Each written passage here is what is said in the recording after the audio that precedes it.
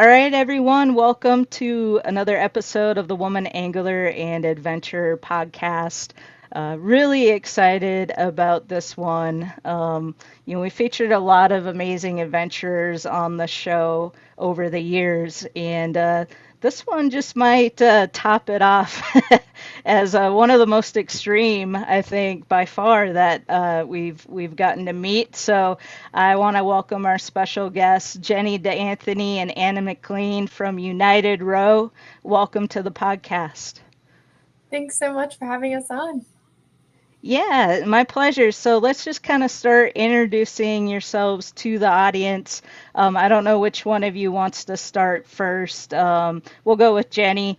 And by the way, it's kind of funny. We're all in Florida right now as we're recording this episode. We had no idea. So, I mean, I'm sure they knew where each other were, but I'm in Fort Myers at the moment too. So yeah, Jenny, if you want to just give a little bit of your background, and then we'll go into Anna, and then just kind of talk about how you two met and the adventure you're about to embark on. Of course. Well, thanks for having us on, Angie. We're excited to be here and share a little bit about what we're doing and connect with your audience. So I'm Jenny. I'm in Jacksonville, Florida, and my introduction into rowing was really at Clemson University. And that's also where Anna and I met. So we met at Clemson University. We rowed there for all 4 years, and of course, that was exciting. That was fun. We did a lot of river rowing. And then we went on to pursue our corporate careers. And I'm a biomedical engineer during the day, very passionate about, all things human body and creating solutions for patients around the world.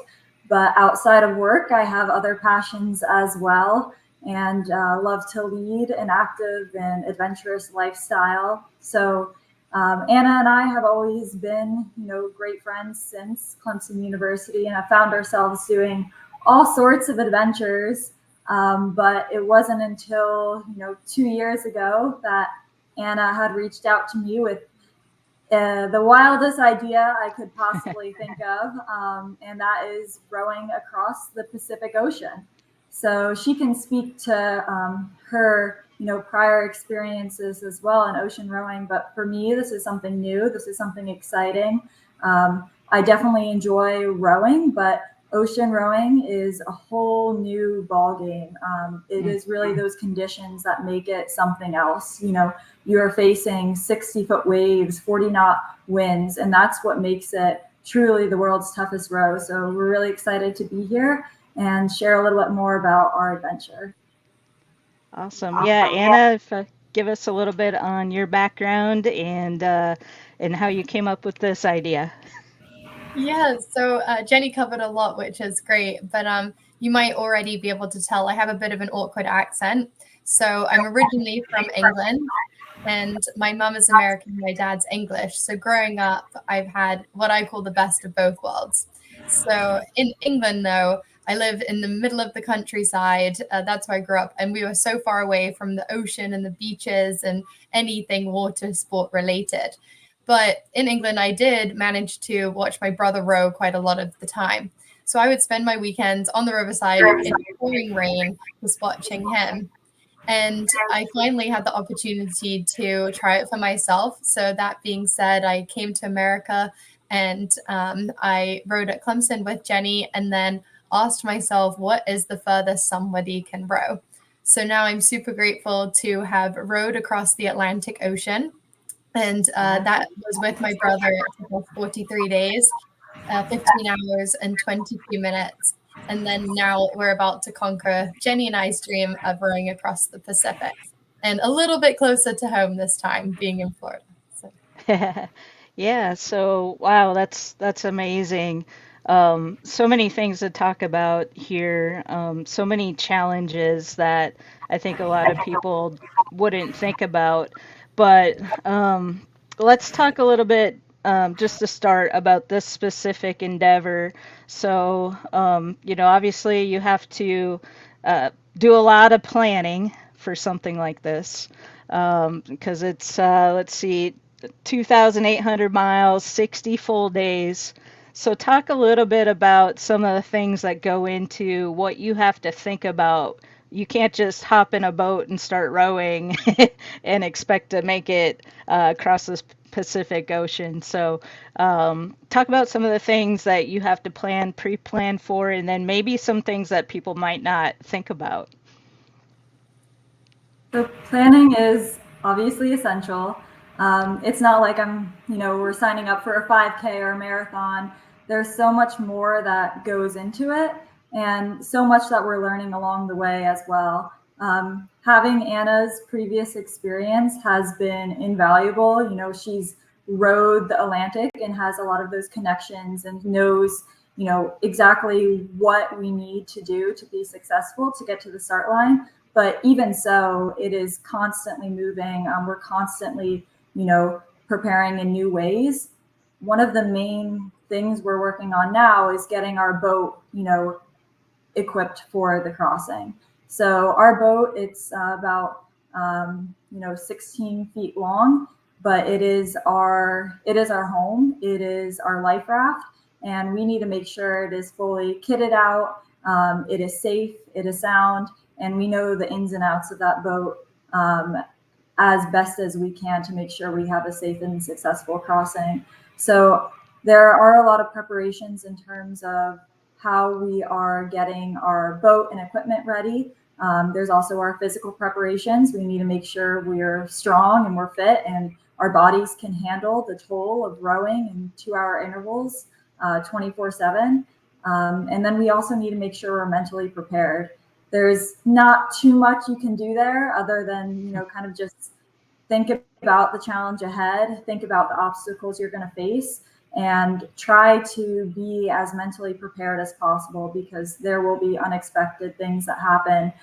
We can't control the weather. We can't control the circumstances we'll face, but we can control how we react to them. So talk a little bit more about the boat that you'll be in. And I'm just trying to imagine because I've seen pictures of it. Like you talked about 60-foot waves. Like how does that work with this type of boat? Yeah, so our boat, as Jenny said, is really our home away from home. But when you think of a normal boat, some of them might have a galley as a kitchen and you'll have a toilet. And a lot of the times boats have sails and motors, but ours is literally a rowing boat on steroids. So there's no kitchen, there's no toilet. There's really actually very little shelter as well. So if you think of a traditional rowing boat, you kind of have your center position where you've got your feet and the oars and your seat. So ours is very similar to that. And then we have a bow and a stern cabin. But if you visualize this, it's honestly like laying in a bathtub with a bathtub on top of you. Like it's so small, it's claustrophobic, it's isolating, it's horrible. And it gets super, super humid in there as well because it has to be fully watertight. And then that means in turn that it is also airtight. So just making sure that we try and keep it ventilated a little bit here and there. But yeah, our boat is pretty simple in the sense that it doesn't have too much on it. But we have enough room to store all of our food for 60 days. And we also have a water maker on board where we're able to desalinate the water from the ocean. So as long as we've got the solar energy to be able to do that to power our batteries, then we should be able to do that. And then we also have hatches and compartments where we can store our weather gear for when we're hitting a storm and things along those lines. So yeah, there's not too much to it. And our boat is actually called Axel Rose. So if there's any Guns N' Roses fans out there, then that's a good omen. So we always joke that it's our sweet child of mine. Very cool. Yeah, I love Guns N' Roses. So I'm trying to imagine this boat facing a 60-foot wave. I mean, do you just ride it out at that point?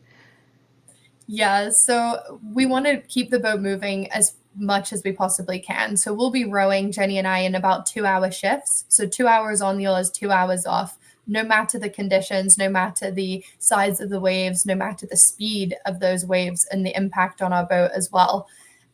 What I found from the Atlantic is if you stopped rowing, you're actually at more risk to capsize. amongst those waves. Whereas if you kind of position the boat correctly to the wave, and you can actually try and surf it, and then you actually get a top speed, you go a bit faster and you kind of ride down the wave. But there is obviously the risk of capsize throughout all of this. We just have to make sure that we are fully tied on to that boat at all times. So if Jenny and I ever find ourselves not clipped on, we'll make sure to tell each other, because instantly you could just get knocked out of the boat and washed away from a wave. Yeah. So, what kind of like safety precautions besides being, making sure you're tied to the boat, do you have to think about? I mean, do you have like personal locator beacons, or, how do you go about that should something, horrible happen? Yeah, so safety is our first priority out there. Anna mentioned the number one priority is always being clipped on. You can be thrown out of that boat in a second's notice, so making sure we're clipped on at all times is essential. Secondly is making sure our cabin doors are always closed, because if we do capsize and water gets in there, our boat's going to sink, right? Those boats are designed to self-right, so it is common that in crossings the boats do capsize, but as long as the cabins are fully watertight and airtight, they should come back around. And then additionally, we will have PLBs, which are attached to ourselves at all times, and then we'll have an EPIRB on board. And aside from that, just our safety equipment, we have to have the necessary certifications and trainings to do this row. So sea survival, VHF radio training, ocean rowing training. So there's a lot of preparations on, just the technical side of it as well that go into making sure we are safe out there. Absolutely. And people often ask us, well, what happens if something does go wrong? What happens if you need rescuing and picking up? Well, technically there is a support yacht, but this yacht could be 4 or 5 days away from help from us. And so we are in direct communication with them as long as as Jenny said, our electronics and things are working. But ultimately, if something was to go wrong, we just have to know those drills inside and out in the middle of the night, in the dark, in a storm, to be able to make the right decisions and the right protocol for our safety. But for it to be considered a world record, we have to take everything on board with us. And we're aiming to be the fastest and the youngest female pair to ever row across the Pacific. So yeah, we need everything on that boat, chocolate and goodies and treats, and obviously all the essentials as well. Yeah, so talk a little bit about the food. I mean, 60 days worth of food on a 16-foot rowing boat. How do you, like, what types of things do you pack to make sure you're getting enough calories? Just jars and jars of Nutella. No, I'm kidding. We'll certainly have our Nutella and peanut butter and some Oreos on board, but primarily we will be eating freeze-dried food. So we're expected to burn about 10,000 calories a day, which is insane. Like, if you imagine eating 10,000 calories a day, that's a lot of food. So a lot of our food will be highly calorific and just keeping us fueled as much as possible, because making sure we are fueled on our crossing will largely play into, our energy levels, our focus, and how well we are performing. So fueling our bodies appropriately is definitely a huge part of this row.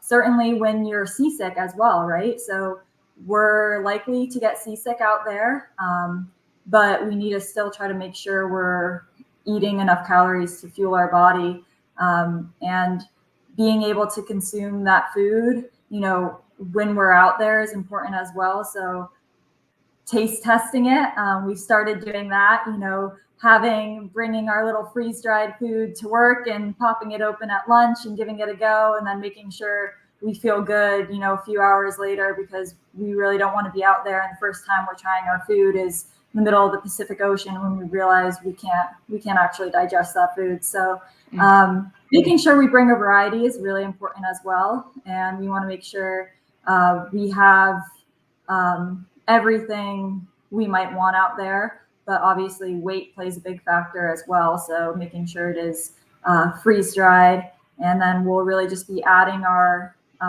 desalinated water to it. And there we go. We got ourselves a little meal.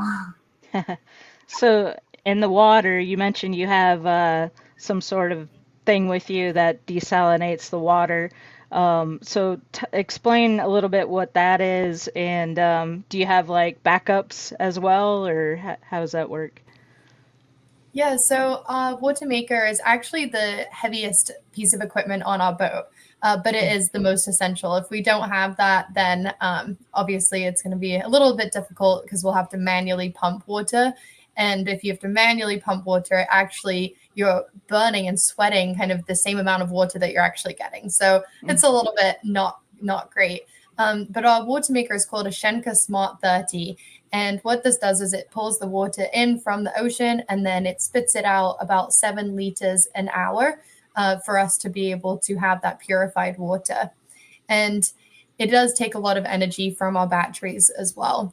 But if that was to break, we do need to know how to fix it. So we have the training to be able to solution it and try and fix a screw on there if it's loose, or fix a wire if it's broken or the filter needs replacing. But as you can imagine, when you're out there in the 60-foot waves, doing anything is in a tiny little space with your head down, and it just, one, makes you feel more seasick, and it's really uncomfortable. And it's very likely that we'll drop a screw and lose it, to be perfectly honest. So we want to minimize that as much as possible. So just make sure everything's good before we go. And then as a backup, if that does go wrong, then we do have, as I mentioned, our handheld pump. But then beyond this, we also have emergency rations, I think about 20 gallons in total. So not a huge amount, but enough for the crossing. Gotcha. Just in case. Yeah. Okay. Very good. So this being a woman podcast, we obviously have a lot of female listeners, and we talk a lot about fishing and fishing tournaments and being stuck on a boat all day, and what do you do about going to the bathroom? And you mentioned there's no toilet on this boat, so as a female doing this, talk a little bit about the challenges with that and how you plan to overcome that. So we'll bring 2 buckets. That's Okay. the simple answer. We have one for washing and one for using the restroom. We like to use the phrase bucket and chuck it. So it's as simple as it comes. But really, it's just, it is a really empowering expedition to take on as 2 females. Ocean rowing is certainly a male-dominated sport. And, just having building the confidence to do something and like this and be self-sustaining has been really empowering. We are 2 totally ordinary people. We're not professional athletes. We don't have sailing backgrounds, and just want to showcase what you can do if you set a huge goal and you go out and chase it day in and day out, not knowing exactly the route to get there. We have a point A and we have a point B, but we don't know, step by step until we actually go through and execute day in and day out. So really just hoping to showcase to other girls and women that you can set a big goal and you can not know how to get there and you can still achieve it, because that's exactly what we're doing. And it's been a journey so far, and I'm sure there's so much more to come. Awesome. I love that. That's what this show is all about. So much more we could cover. I mean, you're going to be encountering all kinds of ocean wildlife on your venture. I'm sure that's going to probably bring some amazing stories and whatnot. And then just all the, this isn't free, right? It costs money to be able to do this. And so you have to work to get support. Talk a little bit about that process and maybe some of the sponsors that have come on board so far to help you make this happen. Yeah, so in all honesty, the rowing is the easiest part. The past 2.5 years that Jenny and I have been planning this and campaigning and rallying the troops to back us is by far the hardest part. So we actually have launched our campaign, which is called United Row. And we've named it United Row because I'm from the United Kingdom originally, Jenny's from the United States, and we want to be united with absolutely everyone who supports us. we have to raise $208,000 to get to the start line. And then we're also looking to match that amount for our chosen charity, which is to propel the future of females in sports, education, and leadership, specifically for a scholarship fund to go to Clemson University and pursue her athletic endeavors. Because if it wasn't for a scholarship, neither Jenny and I would have been able to attend either. So we just want to pay back that and give a female an opportunity for that. But at the moment, we are super close to reaching our goal of $208,000, but we still have about $22,000 left to go. And that includes all of the costs of getting to be able to do this. So the boat itself, the oars, our water maker, our food for 60 days, our transport of getting the boat out to California, and then obviously we'll be rowing it 2,800 miles to Hawaii. But there's a lot of effort that's gone into this, but honestly, we couldn't do it without the support of everybody. So we do have a few ways that people can get involved. The first is our website, which is www.unitedrow.org. And on there, you're able to donate. You can join our 250 Club. And then another way is also any corporate sponsors as well. So any goods or services, in turn, we can put your name and your logo on our boat, which is super fun, because then the scary part, when we have to jump into the middle of the ocean and scrape the barnacles off the bottom, which are creating drag and building a whole ecosystem, it means that we get to see all our sponsors' logos and names like yours, Angie, and the woman angler, etc. So it's just really cool, and it lifts our spirits a lot when we're out there missing everybody. Awesome. And then we also have t-shirts for sale, co-branded with Salt Life, who is one of our biggest sponsors at the moment. And they've just been fantastic all the way through this. And their gear especially is awesome for living the Salt Life, which we are. And I know many of your listeners are as well, with the fishing realm and things like that. So yeah, go check them out. Very cool. Well, I'll put a link to your website in the show notes for this episode. Everybody go to unitedrow.org, see how you can support this absolutely unbelievable venture. And when do you have a target date that you're hoping to be able to make this happen? Yeah, we launch from Monterey Bay, California this summer, so June 8th. And we will have a tracker on our boat, which will be linked up to our website and our Instagram at united.row. So appreciate all the support, appreciate you following along. Send a message while we're out there, because we'll need it. So thanks everyone for listening. Awesome. Well, we'll be sure to follow along, and just wish you safety and success in this voyage. And just can't wait to see what you ladies do. It's super exciting. And thank you for taking some time to be on the Woman Angler and Adventurer podcast. We really appreciate it. Thank you so much. Thanks, Angie.